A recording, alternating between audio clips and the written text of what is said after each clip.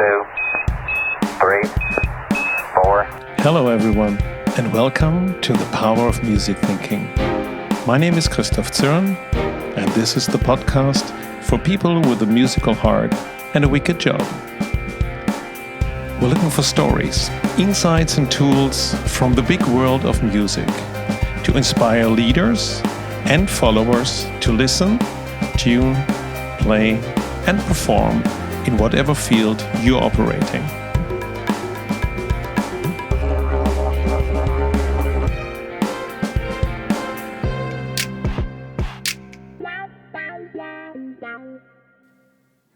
Today is the 4th of April, and that's the publishing date of the book, The Power of Music Thinking. And today we have a very special episode, but I also have a guest.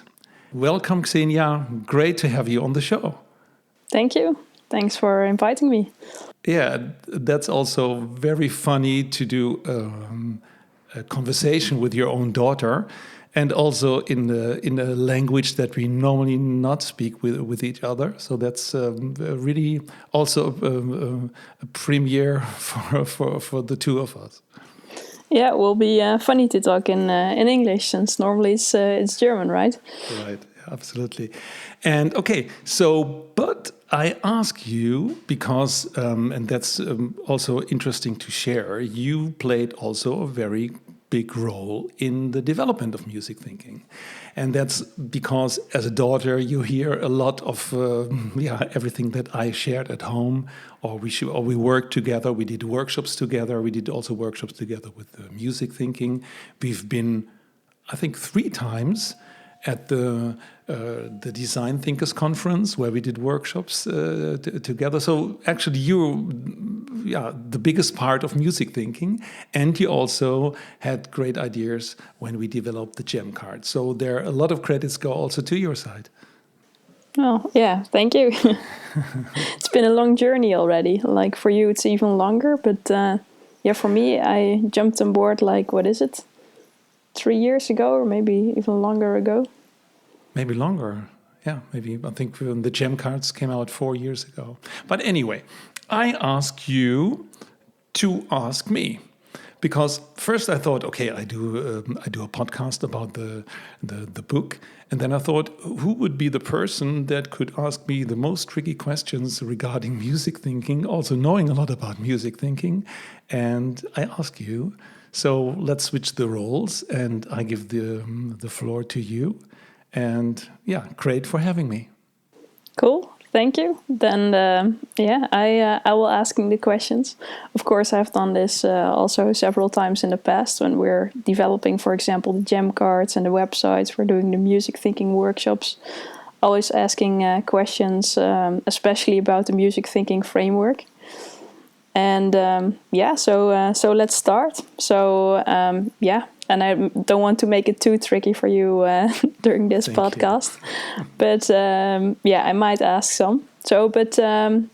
Maybe for the listeners, it's interesting to know. So how did it all start? How did you write this book? Why did you write this book in the first place? Yeah, talking about the book actually really started when I started with the gem cards. So when we had the gem cards, there was immediately the question, is there something behind? Is there a book? Is there something that people could read? And in the beginning, I thought, that's actually an odd question, or I found it an odd question, because I thought, okay, people can just use the gem cards. They don't know necessarily what I have to share. But using the gem cards and music thinking in the last years, this question came more and more, or more often. And so I started writing, I think it was half a year before the pandemic started. We were also working together in the cooperative in Fabric, where you also played a part. And there was the question, okay, Christof, can you write stuff down? Otherwise, we always have to ask you. So I think that was the real start. And when the pandemic came, that was the trigger from, okay, now there are no excuses anymore, and just sit down and write. Cool, but because before you were also writing some blog posts also about the gem cards, but that wasn't enough.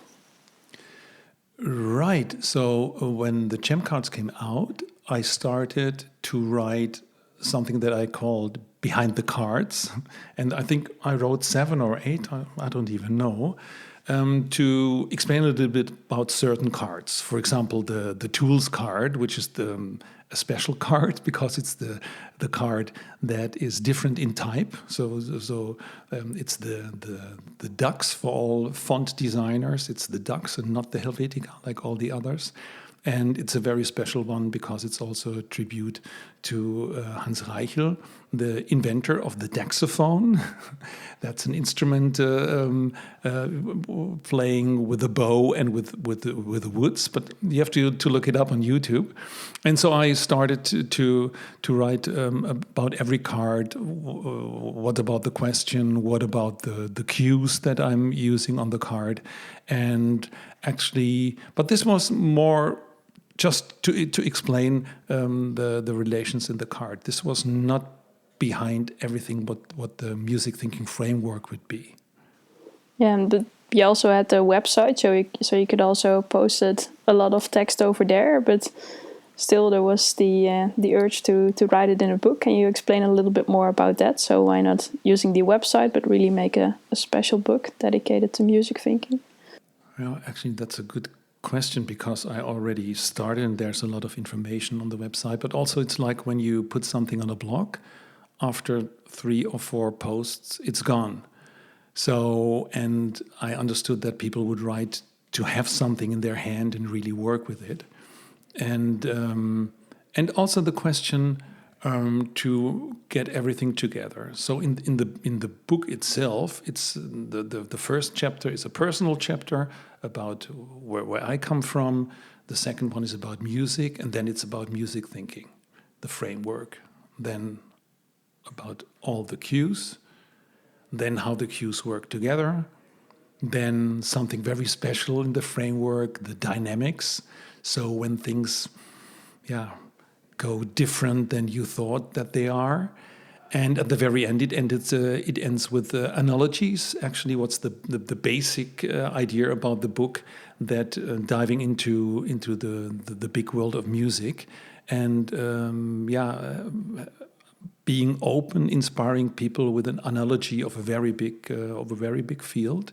And at the end, there's even a glossary. So it really, when I was ready, I thought, that looks like a book. So coming back to my question, so this was also the first time for you to put the whole story together and also maybe think about the order of how you would like to explain and tell things about music thinking. Is that correct? Yeah, absolutely. Okay, cool. So diving a bit more further into that, you already told a bit about the structure about the book. Can you maybe tell a little bit more about the structure, or tell us how to read this book? Is it really designed to start at the beginning and end at the end of the book, like read it chronological order? Or can you also read bits and pieces in any order you'd like? That's a very good question, because I always said that in the music thinking framework, it doesn't matter with which cue you start. So this would also mean in that logic that it doesn't matter where you start in the book. So you could also read the last chapter, for example, the last cue chapter about remix, and then just read about jamming or empathy. But writing the book also helped to sharpen my idea about music thinking. So that is maybe an interesting part. And I thought the best thing would really be to first explain what the framework is. So the big framework of listen, tune, play, and perform. So that's the overall overarching idea, with the speciality that listening is something that goes through all the other cues. Through all the other phases.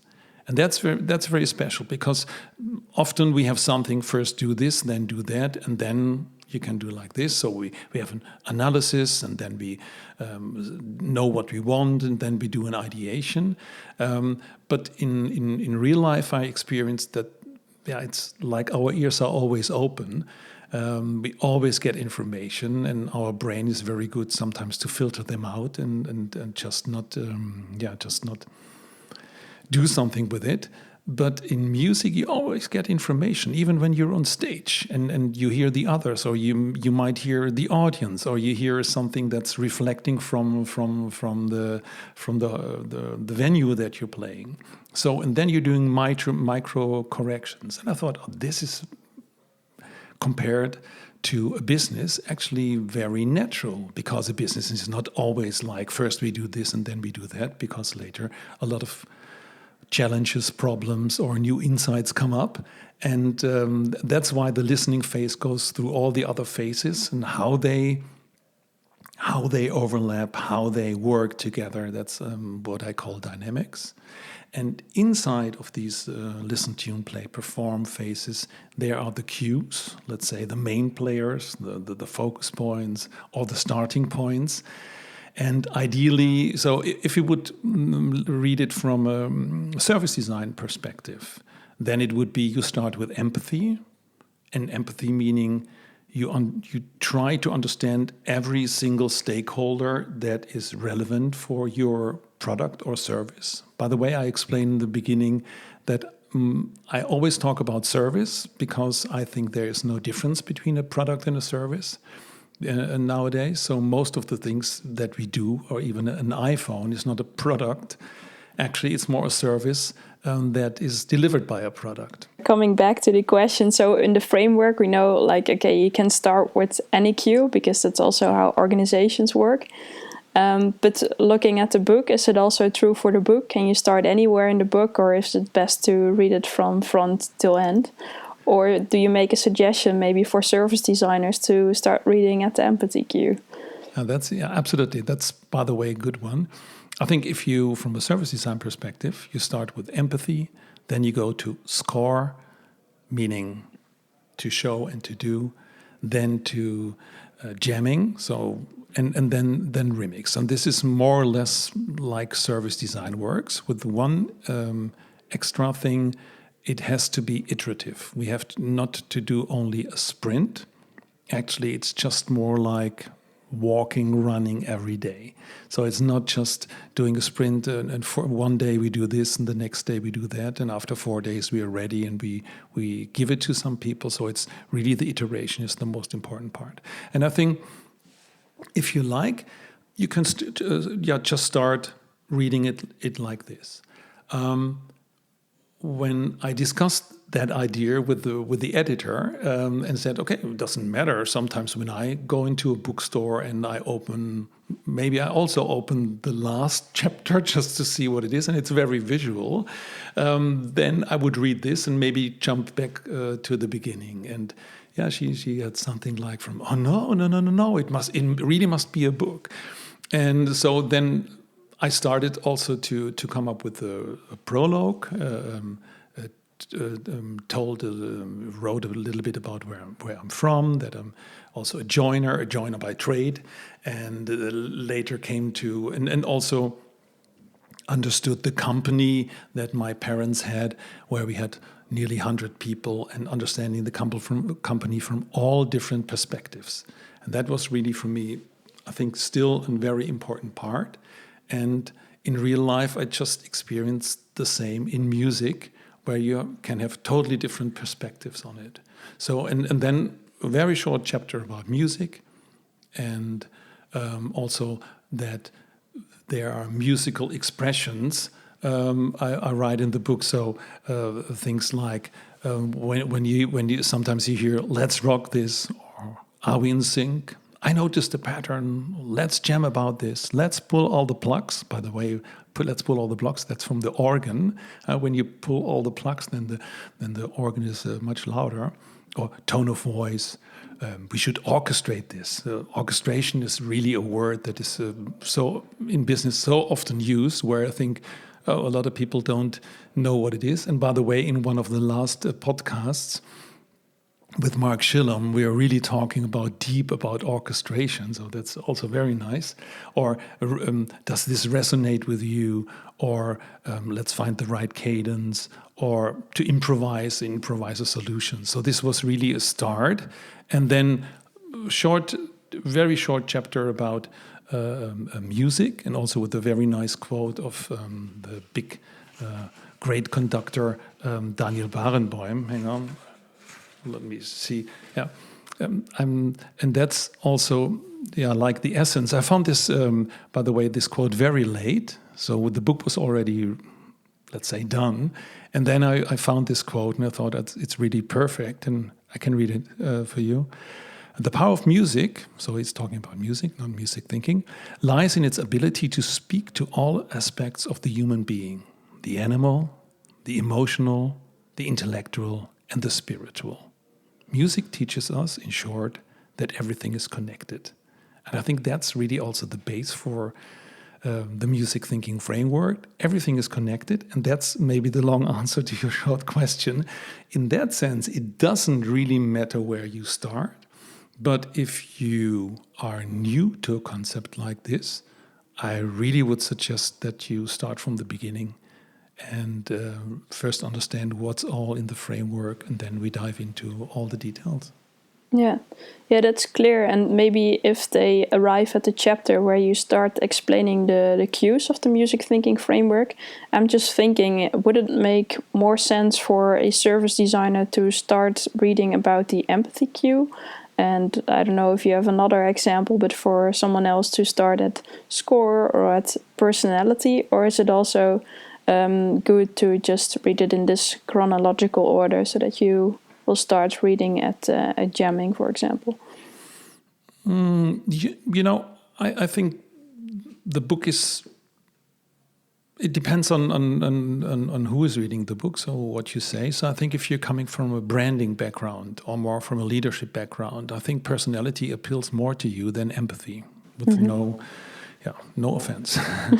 And the same goes for a service designer that really said, okay, how other could we start than with understanding the context of people and real people and people in their context. So I think that's the easy part. I think if you start at the end with the remix, and in the remix there's one I call it key visual about leadership. I think it's not very hard to read, but I think it's rather hard to read if you don't know the others. If you did not read the score chapter. So I think the easy way for a service designer is really empathy, score, then jamming or jamming after score. I have to say, because jamming is twice, so that's really a little bit a trick. So I have 6 cues, but one of the cues is used on 2 parts. And then end with the remix, and everything ends with the remix. Yeah, cool. I, by the way, really like that you did that in the book. Wrote 2 chapters about jamming, so that's also easier for people to understand when you do what. What do you like? What do you like exactly of it? Yeah, so that's there's like this research phase where you of course also have the jamming cue, of course, to open up. So also the cues, they have 2 sides, right? So I think the first side of the jamming cue, or the left side of it, is to sense. So to explore what is actually there, and I think that some people are not really aware of this stage. So. At some point, or for them, like the 2 jamming stages are somehow connected. So it's we just generate ideas and then we go into remix. So that's really the short version, but there are actually 2 kinds. So really to sense, to see what is there, to really be active in the listening phase.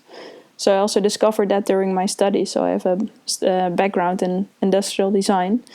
And there we really had to find the problem first, which is of course also really a design thinking principle, so to say. make sure that you are solving the right problem before solving the problem, right? So this is Absolutely.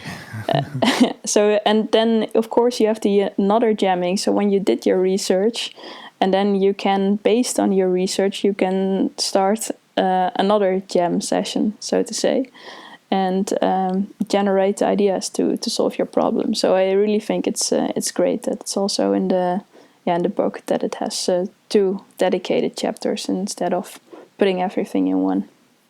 Yeah, and both of them are the co-creativity track, so jamming before and jamming after score. But it just pops up in my mind, and it has to do with the question that you asked earlier.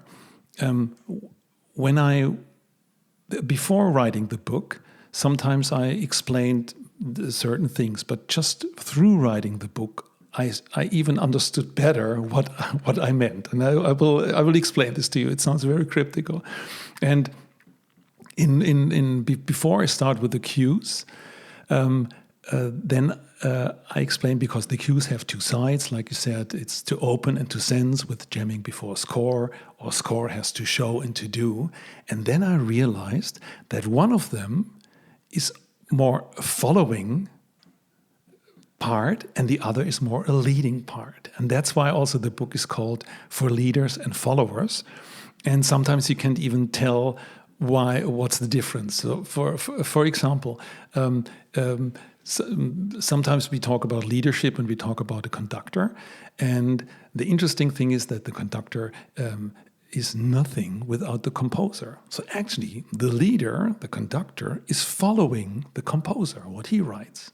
I just realized this when I had these cues, the 2 sides, that the left side of the cues, most of them, is to listen, is more or less following, to understand. Then you make your mind, then you can lead, or with personality, to be.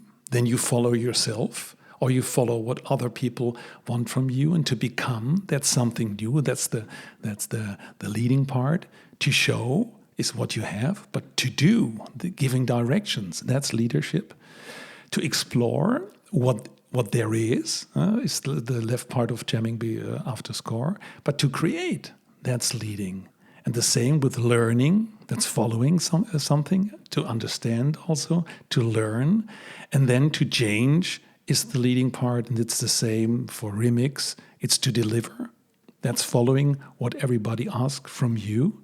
But to live, to really iterate, to really make it a loop, that's the leadership. And actually, I can tell you that that's something I just realized when I wrote it down, and I really tried to visually explain it to people. So I think you could start with the cues, so right in the middle of the book, and just read the cues, and they are also visually nice because they start with the picture of the cue, and then maybe start reading from the beginning. And I think that maybe the hardest part is, let's play together. So after the cues, that's where there are a lot of references to everything that was before, and that might be disturbing for people that just want to pick up the book. I can imagine that when you just learn about this concept, and then when you start like reading this chapter where everything is mixed together, so to say, then you immediately have to apply the knowledge from before. And I'm really curious what the feedback of people will be about that part. Me too. Yeah. So looking at the book, it's also quite special because it doesn't only have text in it, but so as we were talking before, it also has some key visuals in it, which you also designed. Would you like to tell a little bit more about that, why you put those visuals in there and why you designed that together with the text, basically? Yeah, actually, that's a very good question, because I think, or I thought, I don't know. I think I'm not a writer in that sense. I'm more a creator. And I didn't write the book, I designed the book. So I was much more focused on to visualize and to write and describe something, instead of just writing a book. And so the visuals, actually, most of them were before the writing. And some visuals changed while writing. So this was also a very big challenge for me, because the book is just a real book and not an ebook. And I had some attempts to see if it would work as an ebook, and I think it might not. Maybe as an audiobook, maybe that would be okay. But I think it's important that you work with a physical book, and that's also in the beginning. You can open the flap, and then you can open the music thinking framework. So on every part, when you are reading, you can open the top, and you can see what the framework is. So that helps you to see, okay, now he's here. Now he's talking about instruments, okay, but now he's talking about the cues and how they fall into the phases. So for me, the visuals in the book are even important as the text, and also some pictures. And most of the pictures I took while being somewhere with my iPhone. For example, one is from Karlsruhe ZKM. That's the one with the reactable. So this was just a snapshot, and also one after in the analogy. And there's during the World Saxophone Congress, there's the picture with the jazz players and the saxophone band. So two worlds coming together in one thing. So I think designing, and you can also design with words, by the way, I think, but the whole thing is really written and designed, and I couldn't separate the one from the other. And your question was about the key visuals. There are some visuals that really bring everything together, and I also will put them on the download side. That's maybe good to mention, so that people can use it and also use it in their presentations, and and then just use it as a conversation starter, without having maybe without reading the book, or just with reading the book, and really try to make a step further. Cool. So people can actually download these key visuals themselves, and So in the book, there are the QR codes with every template. So there are some exercises in the book, and the templates can be downloaded. And the key visuals, they can just be found on the download site. And I will start, maybe putting every week another key visual on the site, to also make it a little bit more interesting, and not just everything in once, because I want people to read the book and not just to collect the key visuals. And there are also, for every cue chapter, there's also a playlist with music that supports the idea, and sometimes also goes a step further. Maybe so there's some even more inspiration through the music, and it's maybe not just a playlist to put on a party, and just to listen to it. So some of them would be also like, you might want to stop and maybe listen again to it, because there's something to discover, and something to discover that I couldn't write down, but that's absolutely a part of the idea of the power of music thinking. So in your book, you also invite people to listen to these playlists as some sort of inspiration, or also to process the text you wrote down, or for what purpose did you put those playlists in there, and when should people listen to them? I would say the playlists are an extra layer, and because when I wrote the book, there was a lot of. I really had this kind of music in mind, and sometimes I even mention it in the book. For example, in I don't know which chapter. I think it was the agility chapter. I'm mentioning you can listen to the space. So there's certain very modern music that is using space as the main theme, and not just a melody or a harmony. But the harmony might be maybe a little bit more boring, but where these sounds come from, that's the interesting part. So also listening differently, and the playlist or the song, the chosen songs on the playlist, they are amplifying that. Or maybe just talking about one of the playlists. I have one playlist about the House of the Rising Sun, and I assume that most of the people that are listening now know House of the Rising Sun. And if they think about it, they even know how it works. So some of them, this was one of the first guitar pieces that you learn when you learn guitar. And yeah, so I would say let's be surprised on how many versions there are of one song. And that's also, let's say, the power of music thinking. It's the same idea, it's the same song, it's the same composition, let's say, or the same structure. And then there's a lot of variation. And I think that's really, that's the big analogy with business. So we think we know what it is, but it can be so different. And not necessarily good or bad, but just different. And if we listen closely, there are so many ways to play the House of the Rising Sun. Yeah, cool. So as I understood it correctly, so also the book itself is also an invitation to listen, maybe. Absolutely, and not only to music, but to everything that surrounds you. And maybe also to listen what is not said, and to listen what is not there. So yeah, absolutely.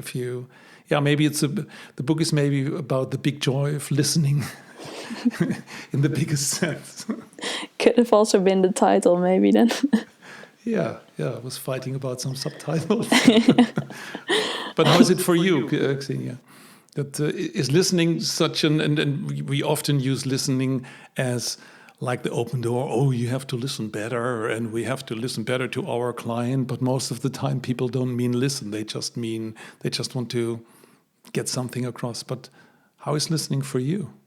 Yeah, I think this is also like a super interesting thing about music thinking. So it doesn't just tell you that you should listen, but I think it's also giving you some handhelds. Also in the workshops we did, right? We did, for example, at the Design Thinking Conference, we did an exercise with different types of listening. So I think it's great that also in the book and the way you're describing it right now, that you really invite people to listen, but not just tell them to do so, but that there are that you're also explaining that there are different types of listening. And when you explain about these playlists, they can also listen in some sort of way they maybe never listened in that way before. Yeah, absolutely. That's the idea. It's also a little bit the joy of listening. So we are in such a visual world, and listening is just can be so rich. I of course read the book before it was published, so for me it was also really the first time that I saw it in physical format with all the visuals put together, because before I only was reading the text.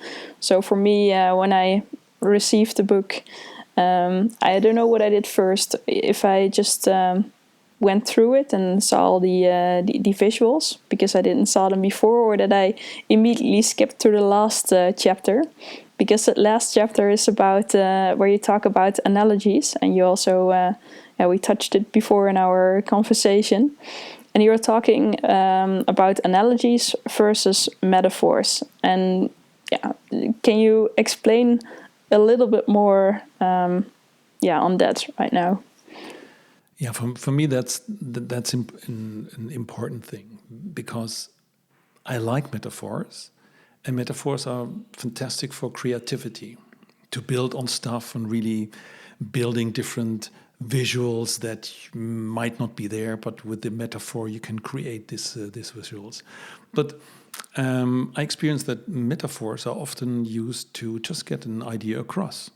like politicians do. And no offense to politicians, but often you hear them talk about one thing in some kind of metaphor, like captains of industry, and then maybe go on with a different metaphor from the sea and the beach, or you make it up, and people don't understand this. It's just for getting one idea across.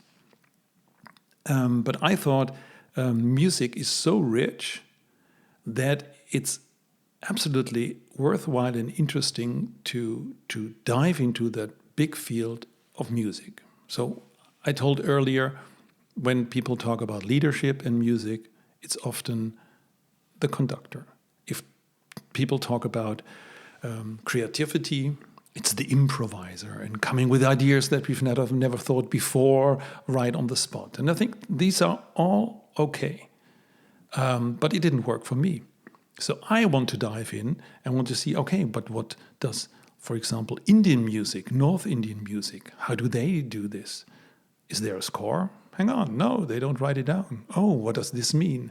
And is there, in the modern studio production since the 50s, and now everybody has something at home with your home studio or garage band or Ableton, or doesn't matter how it's called, and everybody can make music even on the iPhone. And I thought that all is part of that big field. So the metaphor for me is good, but it might just be a start. And maybe just one point that I think is interesting. In business, we often use, we just want to get an idea across. So like it's the same if we make a persona in half an hour, or a customer journey we write down, or a business model canvas. And it's like a metaphor. It's just too short. If you don't really dive in, and if you don't really explore the field, you get the feeling that you know what it is, but later it's different. And so I use analogies, and in my case, analogies of music, different kinds of music, and also the invitation from, hey, wow, there's so much to hear. Maybe let's explore. If you've never heard a classical concert, well, please do. Or if you've always heard a classical concert and you've never been at an electronic dance music festival, please do. If you've never seen real improvisers improvise, please do. And if you've never seen a master of Indian music or didgeridoo or shakuhachi, Japanese, please do listen. And then find out what it does with you and maybe also with others. So it's also a good conversation starter. So the analogy for me is really dive into the field, see everything that's there, not only the conductor, but also the first violin, the second violin, who's tuning, the hobo, who's giving us the A. How do they train? How do they do this? And what do they need? So not only scale it to the orchestra, but also to a festival. There are a lot of people, important part of this analogy, who make it possible that people can be on a stage and perform. So that's the breaking the ice, or helping people to understand what an analogy really means. And I'm really convinced that it's worthwhile. But if you want, you can start with a metaphor. Okay, so basically, to describe the difference between the two, the metaphor might be a nice starting point, but the analogy is also an invitation to dive a bit deeper into the matter. Right, yeah, if you say it like this, I think the metaphor is a one-on-one thing, so you want to get the idea across. Mm-hmm. And the analogy, you have to do the work. You have to understand, if we dive into the analogy, you have to understand, what could this mean? For example, again, the conductor, he's the leader. And in the analogy, understanding, hang on, what is he leading? Oh, there's a composer. Hey, how did he write stuff down so that he can lead? And by the way, who inspired the composer? Maybe the composer was like Beethoven, a great improviser, or Carl Philipp Emanuel Bach. Hey, but we also have improvising in jazz. And then you're really understanding the whole analogy, and you have to do the work. Hey, how does this comparison work in my company? Do we have a score? Who's writing the score? Who knows the score when we have a meeting? Who is just talking, or who is talking from the perspective of the score? And that's interesting. Then the analogy really, I would say, then the analogy really comes in. And at the very end, and maybe that's the clue. At the very end, it's not about music. It's about you. It's about how you see, hear, feel, experience the world, and how can you make stuff better in what you're doing. So actually, that's maybe it's not said in these words, but actually that's what I meant to really at the very end.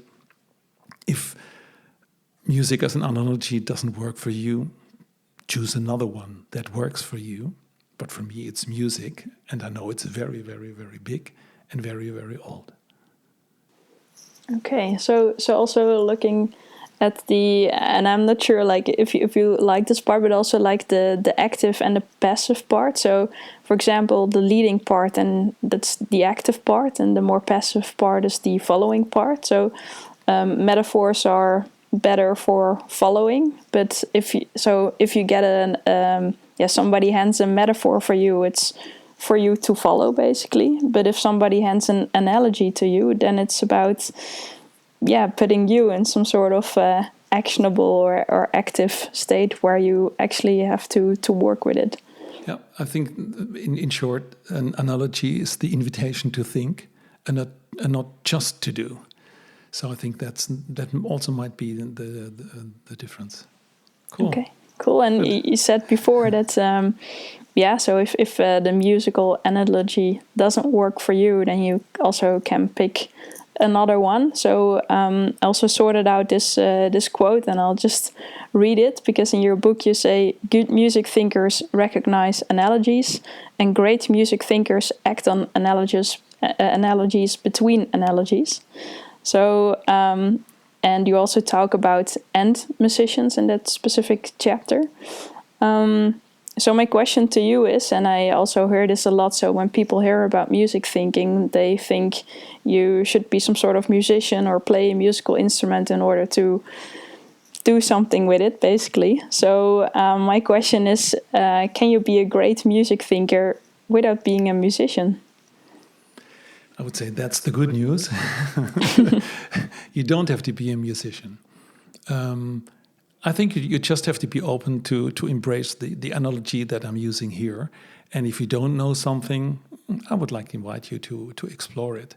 And at the very end, it's much more about what the ideas do with you, instead of that I have ideas that I want to teach or learn or bring across. It's just more a framework for leaders and followers to see their field and to see that everything is connected, like we had in the quote at the beginning.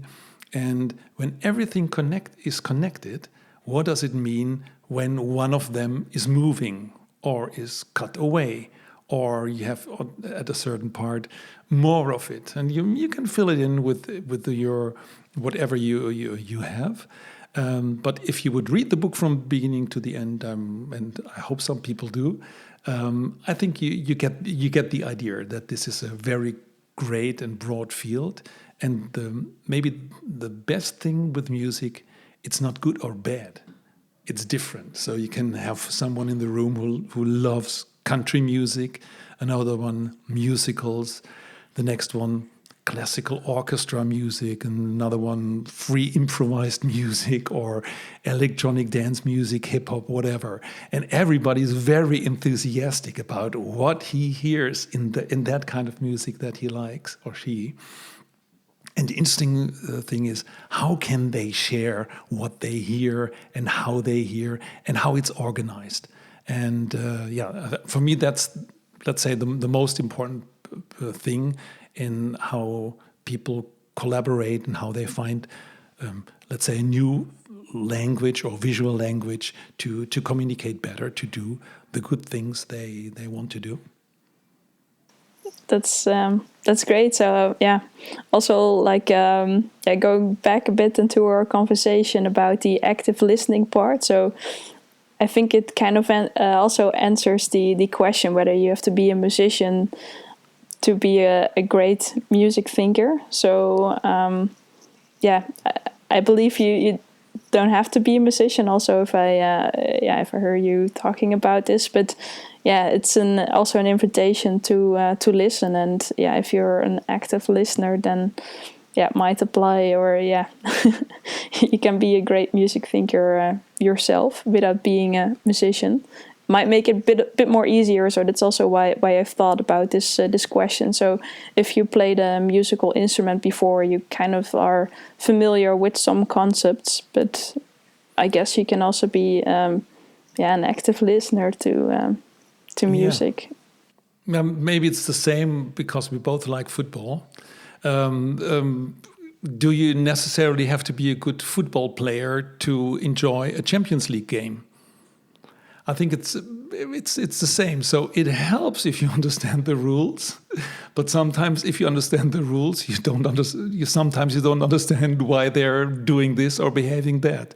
So we could also dive into the world of football, or to go into another field of analogy. Do I necessarily have to be a good cook to be to appreciative eating? So maybe you're good in tasting stuff, but maybe necessarily not in cooking it. And I think we could go on like this. And actually, that's what I want with the end of the book, that we open up to everything that's interesting. And if you don't know it, maybe you just come back to music. Okay, well, that's maybe great also to stop discussing like all the more technical, the in detail parts about the book. So then I've one question left. So we started. We don't even know how long ago with the website. You started even earlier with the framework and the idea and so on. So the idea, the framework, the website, the gem cards. We've done several music thinking workshops, which you're still doing, by the way. And now you wrote a book. So what's next? Yeah, if the book is my score, I like to play. And that's my invitation to people. Use the book. But for me, it's to use all the, I would like to say knowledge, but I think it's not knowledge. Maybe it's more the creative ideas from the book, and to use it in a workshop, to use it in unanswered questions that people not have yet formulated, or design challenges, and knowing that everything is connected. So it's not only about service design, and it's not only about branding, and it's not only about the organization, and it's not only about the client, it's not only, and let's go on like this. So I think for me, facilitating and helping people to understand their business better with a big analogy. And if it's, let's say, a talk or a workshop, a project or a program or an interim assignment, whatever, for me it's like it's just playing music. Okay, cool. So people can come to you if they would like to learn how to play with this big analogy. And definitely be my guest. Cool. Then would like to thank you for inviting me to your podcast, and switching the roles that I could ask you the questions. I think this also, like, how is it for you, instead of being on the seat of asking the questions about music thinking, and now you got the questions. Very, very funny in one way, and also very, I think it's very easy to answer you, and that has a lot to do with you, because you know a lot, and you know the whole field. So it's really a pleasure for me to have you as a conversation partner, And Xenia, thank you very much for everything that you've been a part of the Power of Music Thinking. Thank you. My pleasure. And now I just hope that other people also might understand parts of our conversation. Thank you so much for listening. I really appreciate this, because listening is one of the top leadership skills, and I feel honored about this. It is my mission to find, create, and share inspirations for meaningful collaboration based on music analogies. If you want to support this, please subscribe to the podcast, give us a rating, or write a review on iTunes or Spotify. And more inspirations can be found on musicthinking.com. We have a blog, and you can download the Music Thinking Framework. And finally, I would love to hear your feedback. And if you need help with a business challenge, please reach out to me via email podcast@musicthinking.com.